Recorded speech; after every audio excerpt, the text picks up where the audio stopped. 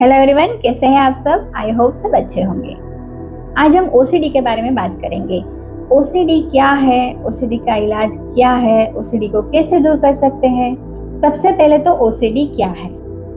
OCD गंदे हाथों को साफ करना, गंदे घर को साफ करना, गंदी चीजें या वस्तुओं को साफ करना नहीं है। वो तो हम सब करते हैं, सब अपना हाथ साफ करते हैं, सब अपने घर को साफ करते हैं। तो क्या सबको ओसीडी है? नहीं। ओसीडी का मतलब है साफ चीजों को, साफ हाथ को भी साफ करना। आपको पता है कि आपके हाथ साफ है, आपका घर साफ है, कुछ भी गंदा नहीं है, फिर भी उसे साफ करना, उसे ओसीडी कहते हैं। आपने एक बार हाथ साफ किए, वॉश किए, लेकिन फिर भी आप उसे बार बार वॉश करते हो, तो उसे ओसीडी कहते हैं। तो ऐसा क्यों होता है? आप कोई भी चीजें या कोई भी वस्तु को देखकर बता सकते हैं कि वो गंदी है या नहीं है।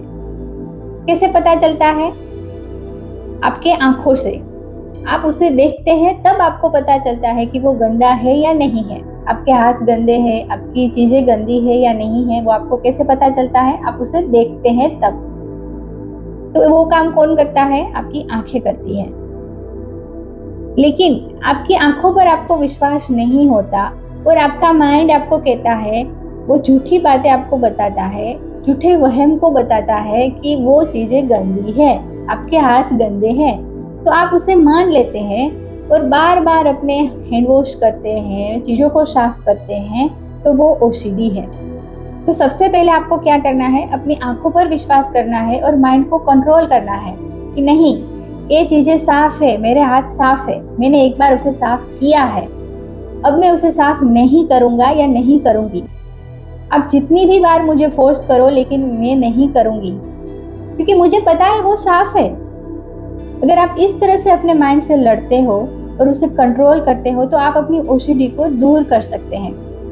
अब आप ये कहोगे कि जो चीज़ दिखती नहीं है, जर्म्स है, बैक्टीरिया है, तो उसका क्या करें?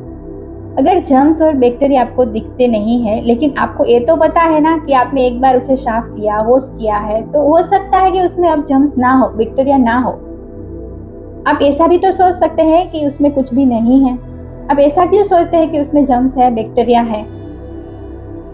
दोनों पॉसिबल है ना। अगर है ऐसा पॉसिबल है, तो नहीं है ऐसा भी तो पॉसिबल है। तो आप नेगेटिव ही क्यों सोचते हो? तो इस तरह से आप अपने माइंड को बोलिए कि हो सकता है उसमें बैक्टीरिया नहीं है, जर्म्स नहीं है। और अगर मान लो उसमें जर्म्स है, तो भी क्या हो जाएगा? आप थोड़े बहुत बीमार पड़ोगे, आपको बुखार आ जाएगा, खांसी हो जाएगी, या तो डायरिया हो जाएगा। तो वो तो ठीक भी तो हो सकता है। उसके लिए आपको बार बार चीज़ों को साफ करना, अपने हैंड को बार बार वॉश करना, वो तो ज़रूरी नहीं है। अगर आप ऐसा करते हो, तो आपको भी पता है कि आप बेवकूफ़ वाली हरकतें करते हैं, दूसरे लोग आपका मजाक उड़ाते हैं, फिर भी आप करते हो। क्यों? क्योंकि आपका माइंड आपको बोल रहा है। अपने माइंड के साथ लड़ना सीखिए, उसे भी सवाल करिए कि ये भी तो पॉसिबल है।